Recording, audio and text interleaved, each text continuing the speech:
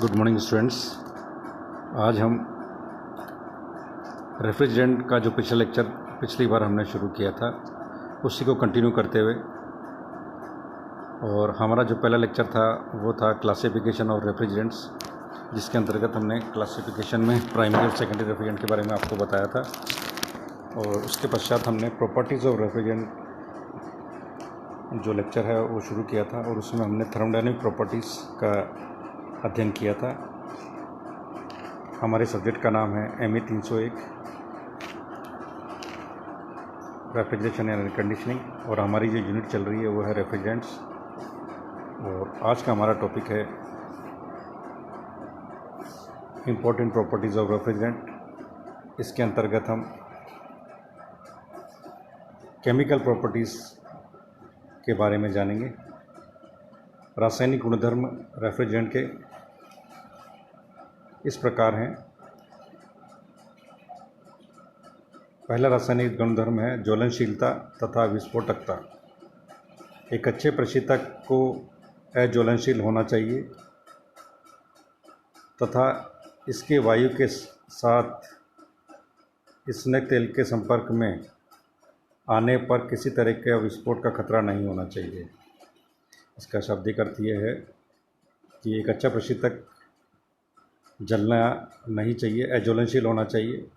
अगर ज्वलनशील हुआ तो आग लगने का खतरा होगा। तो एक अच्छा प्रशीतक हमेशा अज्वलनशील होगा, तो हमारा जो प्लांट है वो सेफ रहेगा। और इसके साथ साथ ये लुब्रिकेंट और एयर के साथ यदि रेफ्रिजरेंट संपर्क में आए तो किसी तरह का विस्फोट का खतरा नहीं होना चाहिए, एक्सप्लोजिव नहीं होना चाहिए। तो ये दो प्रॉपर्टी, केमिकल प्रॉपर्टी हमने जानी है। एक होती है अज्वलनशील, इन्फ्लेमेबिलिटी एंड एक्सप्लोजिवनेस। तो एक अच्छे प्रशीतक को अज्वलनशील तथा एक्सप्लोजिवनेस होना चाहिए। दूसरी प्रॉपर्टी टॉक्सिसिटी के बारे में। एक रेफ्रिजरेंट को विषैला नहीं होना चाहिए।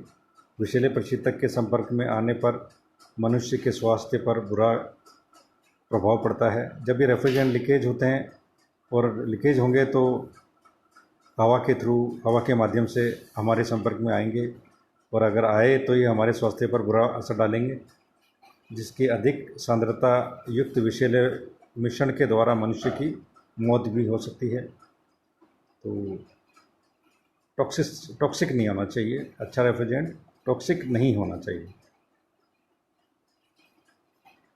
कुछ प्रशीतक प्रकृति में विषैले नहीं होते, परंतु जब एक निश्चित अनुपात में वायु के साथ मिलते हैं तो ये विषैले हो जाते हैं। कुछ रेफ्रिजरेंट ऐसे भी होते हैं जो वैसे तो नेचुरल जो इनकी नेचर होती है उसमें ये विषैले नहीं होते हैं, लेकिन ये जब हवा के साथ संपर्क में आते हैं तो ये विषैले हो सकते हैं।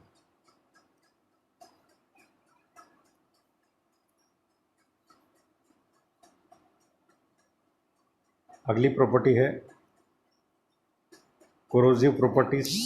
और कोरोजिव प्रॉपर्टी वह प्रॉपर्टी है जिसके द्वारा एक पदार्थ हमारे कंपोनेंट्स को केमिकली रिएक्ट करके वीक कर सकता है, उसको नुकसान पहुंचा सकता है। कोरोजिवनेस इसको कहते हैं, क्षारण गुण है। और इसके द्वारा अगर हमारा प्रशीतक कोरोजिव प्रॉपर्टी का होगा तो धातुओं के लिए ये रिएक्ट करके और उनको, हमारे जो कंपोनेंट्स हैं उनको कमज़ोर बना देगा। तो इसलिए ये कोरोजिव प्रॉपर्टी इसकी नहीं होनी चाहिए, कोरोजिव नहीं होना चाहिए। और कुछ फ्रियोन समूह के प्रशीतक लगभग किसी प्रकार के धातुओं के लिए सख्त कोरोजिव नहीं होते, जबकि अमोनिया का उपयोग लोहा व इस्पात के साथ ही करते हैं, क्योंकि अमोनिया आयरन और इस्पात के साथ रिएक्शन नहीं करते। इसीलिए जब आइस प्लांट की ट्यूबिंग की बात होती है तो हम आइस प्लांट में रेफ्रिजरेंट अमोनिया का यूज़ करते हैं,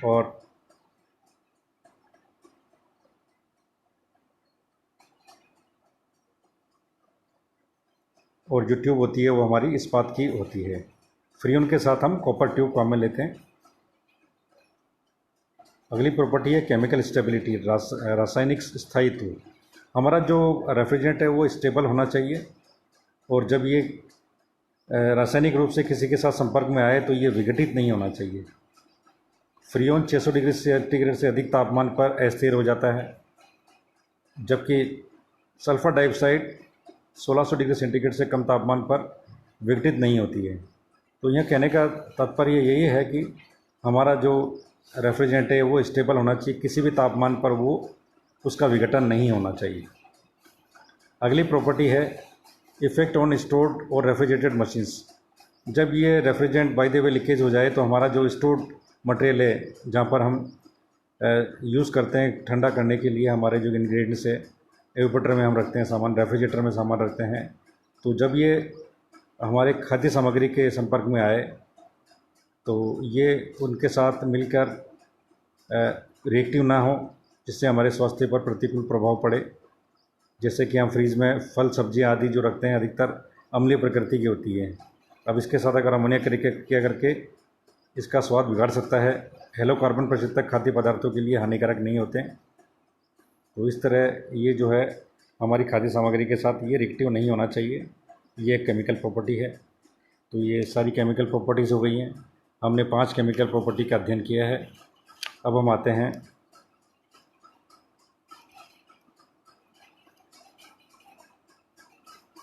फिजिकल प्रॉपर्टी के बारे में, भौतिक गुणधर्म के बारे में। तो भौतिक गुणधर्म निम्न प्रकार होते हैं। सबसे पहला गुणधर्म होता है विशिष्ट आयतन का, स्पेसिफिक वॉल्यूम का। संपीड़ित में प्रवेश करने पर प्रशीतक का विशिष्ट आयतन कम होना चाहिए।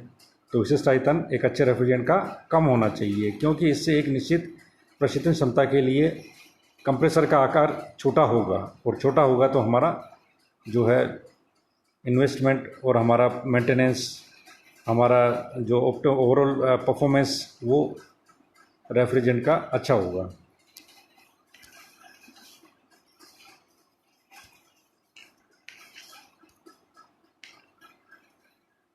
ये कुछ स्पेसिफिक वॉल्यूम की टेबल इसमें दिखाई हुई है, जिसमें प्रति टन के हिसाब से कितना आयतन जो है डिफरेंट टाइप के रेफ्रिजरेंट के लिए यूज़ होगा। तो टेबल में दिखा रखा है R11, R12, 22, 30, 40, 113, 717, 744, 764 ये है।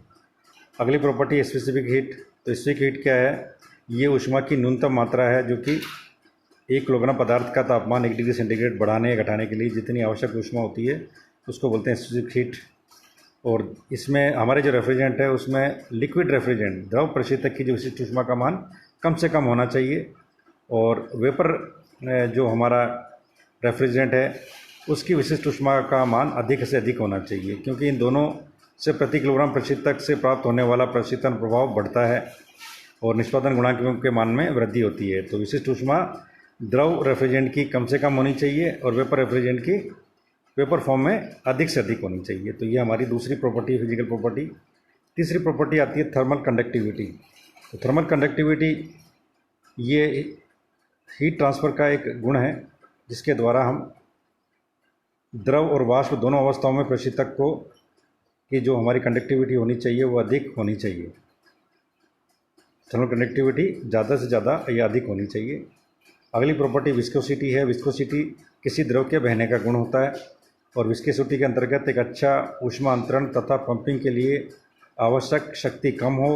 इसके लिए द्रव एवं वाष्प दोनों अवस्थाओं में प्रशीतक की क्षमता कम होनी चाहिए। तो विस्कोसिटी कम होनी चाहिए, इजीली फ्लो हो सके रेफ्रिजरेंट, तो इस विस्कोसिटी कम होगी। Then dielectric strength. अब इसका मान अधिक होना चाहिए। तो ये एक इलेक्ट्रिकल प्रॉपर्टी है जो कि फिजिकल प्रॉपर्टी में हम यहाँ बता रहे हैं। ये कोई ज़्यादा इससे रिलेटेड नहीं है, लेकिन जब भी प्रशीतक को बंद अथवा समुद्रित इकाइयों में उपयोग करना हो तो ऊष्मा पराविद्युत सामर्थ्य अर्थात एक तरह से विद्युत प्रतिरोध एक महत्वपूर्ण गुण होता है, क्योंकि प्रशीतक विद्युत मोटर के संपर्क में आता है। इसलिए ये डाइइलेक्ट्रिक स्ट्रेंथ जो हमारी है वो प्रॉपर्टी हम इससे रिलेट कर रहे हैं फिजिकल प्रॉपर्टी में। और ये प्रशीतक की जो डाइइलेक्ट्रिक स्ट्रेंथ का फार्मूला है प्रशीतक वाष्प की पराविद्युत सामर्थ्य डिवाइडेड बाय नाइट्रोजन की पराविद्युत सामर्थ्य। तो इसका मान विभिन्न प्रशीतक वाष्पों के सापेक्षिक डाइइलेक्ट्रिक स्ट्रेंथ का मान सारणी में दिया हुआ है, टेबल में दिया हुआ है, और इसके हिसाब से डाइइलेक्ट्रिक स्ट्रेंथ का मान एक रेफ्रिजरेंट का अधिक होना चाहिए।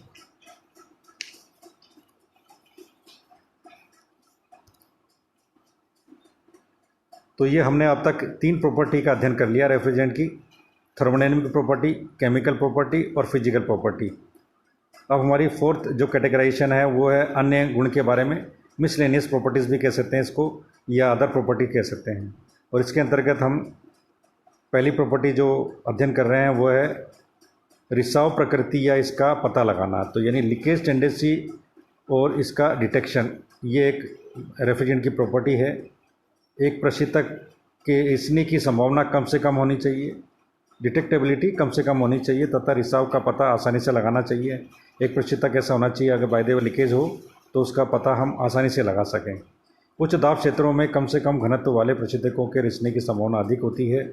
अमोनिया के रिसने का पता इसी तीव्र गंध से लग जाता है, जबकि हेलोकार्बन प्रशीतक रंगीन व गंधहीन होते हैं तथा जिससे इनके रिसने का पता चलता है जब प्रशीतन प्रणाली के निष्पादन पर प्रभाव पड़ना प्रारंभ हो जाता है। तो ये क्या है, लीकेज कम से कम होना चाहिए, अगर हो तो हमें पता पड़ जाए। तो अमोनिया तो क्या अपनी गंध से इजीली अपना लीकेज का पता लगा देता है, लेकिन हेलोकार्बन जो प्रशीतक हमारे हैं उनको हमारे को कुछ जो अलग अलग टाइप के टेस्ट हैं उसके द्वारा हमें पता लगाना होता है कि लीकेज हो रहा अथवा नहीं है।